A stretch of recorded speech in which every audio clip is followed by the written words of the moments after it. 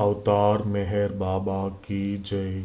अवतार मेहर बाबा की जय। अवतार मेहर बाबा की जय।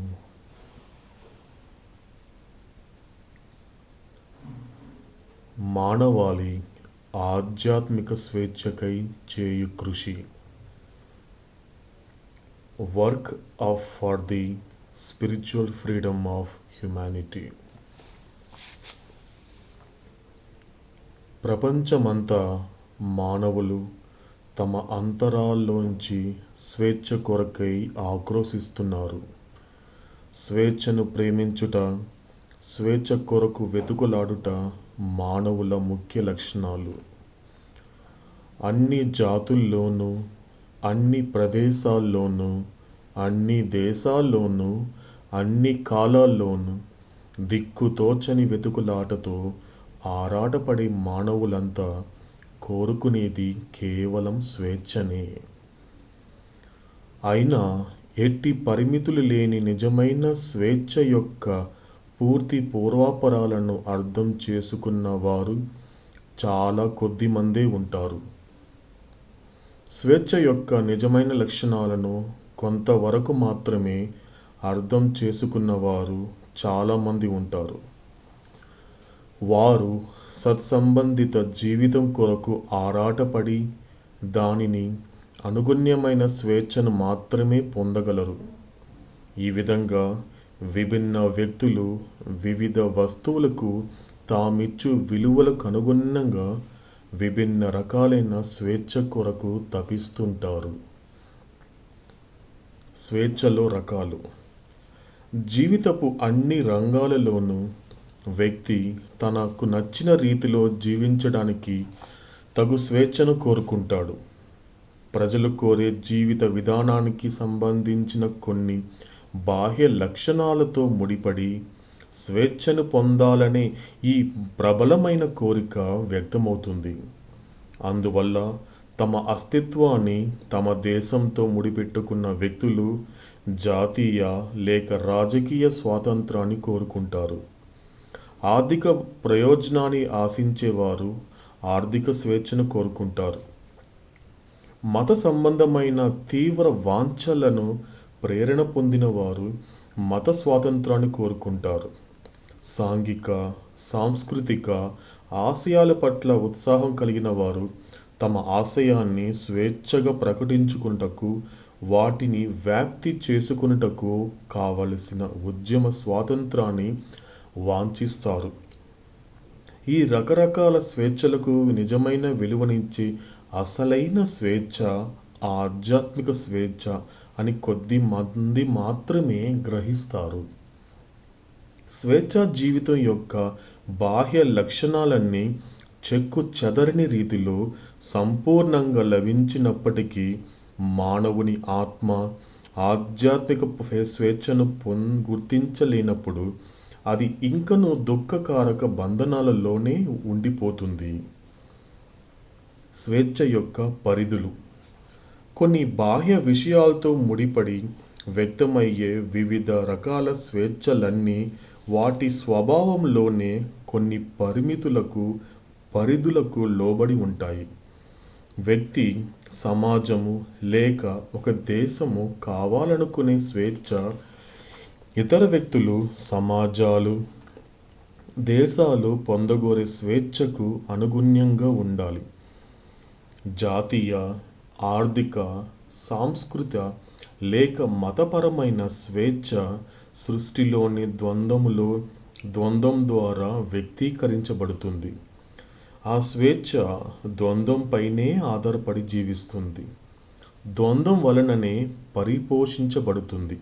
అందువలన దానికి సంబంధించి పరిమితమై ఉంటుంది కానీ అనంతం కాదు. అది వివిధ స్థాయిలలో ఉంటుంది. ఒకవేళ దానిని నిరవధిక కృషితో సాధించినప్పటికీ అది శాశ్వతమైనది కాదు. ఎందుకంటే అటువంటి స్వేచ్ఛకు కావలసిన బాహ్య పరిస్థితులు సమకూడినప్పటికీ అవి శాశ్వత ప్రాతిపదికపై సమకూరలేదు మరియు కాలక్రమేణా అవి నశించడం ఖాయం. ఆధ్యాత్మిక స్వేచ్ఛ ఒక్కటే అపరిమితమైనది. ఆధ్యాత్మిక స్వేచ్ఛ ఒక్కటే సంపూర్ణమైనది, హద్దులు లేనివి. పట్టు విడవని శ్రమతో సాధించినప్పుడు అది శాశ్వతంగా సాధింపబడినట్లే లెక్క.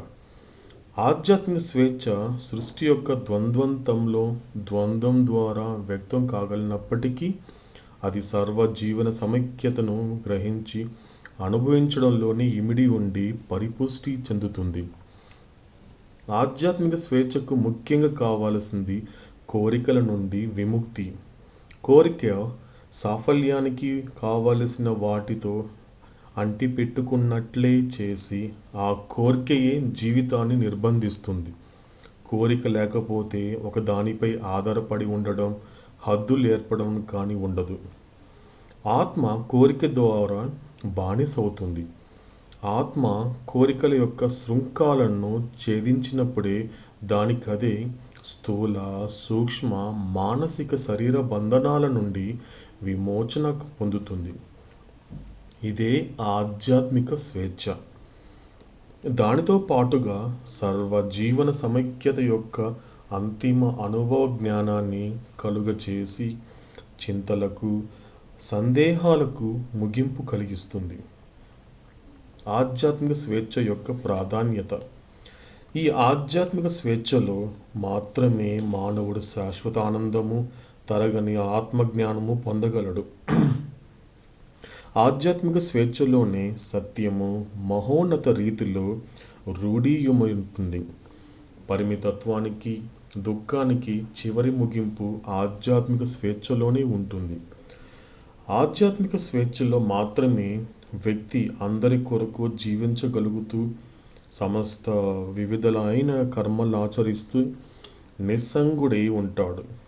ఈ స్వేచ్ఛ కంటే దిగువ శ్రేణిలో ఉన్న స్వేచ్ఛను ఇసుకపై కట్టిన ఇంటితో పోల్చవచ్చు. ఆధ్యాత్మిక స్వేచ్ఛ కంటే భిన్నమైనది ఏదైనా నశించే స్వభావం కలిగి ఉంటుంది. అందువలన ఆధ్యాత్మిక స్వేచ్ఛ కంటే మించిన కానుక లేదు.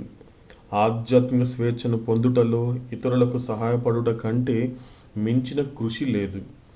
ఆధ్యాత్మిక స్వేచ్ఛ యొక్క ఉన్నత ప్రాధాన్యతను గుర్తించిన వారు తమ కొరకు దానిని సిద్ధింప చేసుకున్నటకు కృషి చేయడంలో పాటుగా ఇతరులు దాన్ని పొందుటలో సహాయపడడం అనేది దైవదత్తమైన కర్తవ్య నిర్వహణ యందు పాలు పంచుకోవాలి. నిజమైన సేవ. నిస్వార్థ సేవా తత్పరులు మానవాళికి జీవిత అవసరాలైనటువంటి కూడు, నీడ, గుడ్డ, మందులు, విద్య మొదలైనవి శీఘ్రగతిని సమకూర్చుతారు. విధి నిర్వహణలో వారు అణగారిన బడుగు జీవుల కొరకు పోరాడడమే కాక ఇతరుల క్షేమం కొరకు వారి జీవితాలనే అర్పించుటకు సంసిద్ధులై ఉంటారు.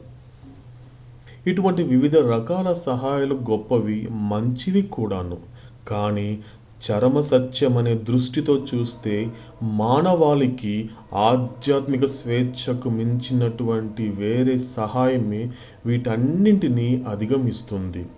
దీని ప్రాధాన్యత విశిష్టమైనది.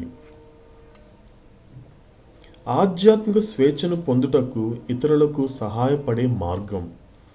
ఆధ్యాత్మిక స్వేచ్ఛను పొందుటకు ఇతరులకు సహాయం చేసే విధానం ఇతరులు సహాయ కంటే ఎంతో భిన్నమైనది. ఆకలిగా ఉన్నవారికి ఆహారం ఇచ్చినప్పుడు వారు తింటారు, అంతవరకే. వస్త్రహీనులకు బట్టలిస్తే వాటిని వారు ధరిస్తారు, అంత మాత్రమే. నీడలేని వారికి ఇళ్లను కట్టించి ఇవ్వచ్చు, అందులో వారు తలదాచుకుంటారు, అంతవరకే. కానీ ఆధ్యాత్మిక బంధాలలో తీవ్రంగా చెందే వారికి తక్షణ నివారణ కలిగించడానికి సిద్ధంగా ఉన్న వస్తుజాలం ఏదీ లేదు. తనలోని తుచ్చమైన కోరికలపైన నీచాత్మమైన వ్యక్తి అప్రమత్తంగాను అజేయంగాను యుద్ధాన్ని సాగించి తనకు తానుగా ఆధ్యాత్మిక స్వేచ్ఛను తన కొరకు సిద్ధింప చేసుకోవాలి. సత్య సాధనకు సమాయత్తమైన సైనికుల వలె పోరాడువారు సాహసోపేతమైన ఆత్మ విజయాన్ని తమ కొరకై సిద్ధింప చేసుకొనుటకే కాక అట్టి సాధనలో తాము వేసే ప్రతి అడుగున ఇతరులందరికీ సహాయపడవలసి ఉంది. ఇతరుల బాధ్యతలను పంచుకునేందుకు ఇంతకన్నా వేరే దారి లేదు. పిలుపు, ఆహ్వానం. నా విధేయులైన మీరు నా భారాన్ని పంచుకోగలరని నా పూర్తి నమ్మకముంది. మీలో చాలామంది అనేక సంవత్సరాల నుండి నాలో విశ్వాసం ఉంచి నాపై గల ప్రేమతో నా ఆజ్ఞలకు విధేయులై నా సూచనలను పాటిస్తున్నారు. ఎటువంటి ఒడిదుడుకుల్లోనూ మీరు నాకు నా ఆధ్యాత్మిక కార్యక్రమానికి కట్టుబడి ఉన్నారు. ఆధ్యాత్మిక మార్గాన్ని అనుసరింపచేసి భగవతైక్యాన్ని పొందుటలో మానవాళికి సహాయం అందించే నా విశ్వ కార్యక్రమంలో మీ సేవలన్నింటినీ అర్పించుకునే సమయం ఆసన్నమైనది. భగవంతుడే యథార్థము, శాశ్వత సత్యాన్ని స్పష్టంగా అర్థం చేసుకొని సంపూర్ణంగా అంగీకరించి చేతల ద్వారా, మాటల ద్వారా సుస్పష్టమైన రీతిలో వ్యక్తపరచాలి. ఆ సత్యాన్ని సంపూర్ణంగా గ్రహించడంలో మానవాళి ఆధ్యాత్మిక స్వేచ్ఛను పొందుతుంది. ఆధ్యాత్మిక బంధం నుండి మానవుని విముక్తిని చేసి అతని వారసత్వమైన సత్యాన్ని తిరిగి పొందడంలో సహాయపడుట కంటే గొప్ప త్యాగమేమీ లేదు. అదే శాశ్వత శాంతిని కొని తెస్తుంది. మానవుడు వారసత్వంగా పొందిన ఆ సత్యమే అందరిలోనూ వ్యక్తమవుతుందన్న భావన ప్రస్ఫుటించగా ఎటువంటి స్పర్ధలకు, తావులకు సర్వమానవ ప్రేమ విరసిల్లేలా తిరుగులేని విశ్వ సోదర భావం నెలకొంటుంది.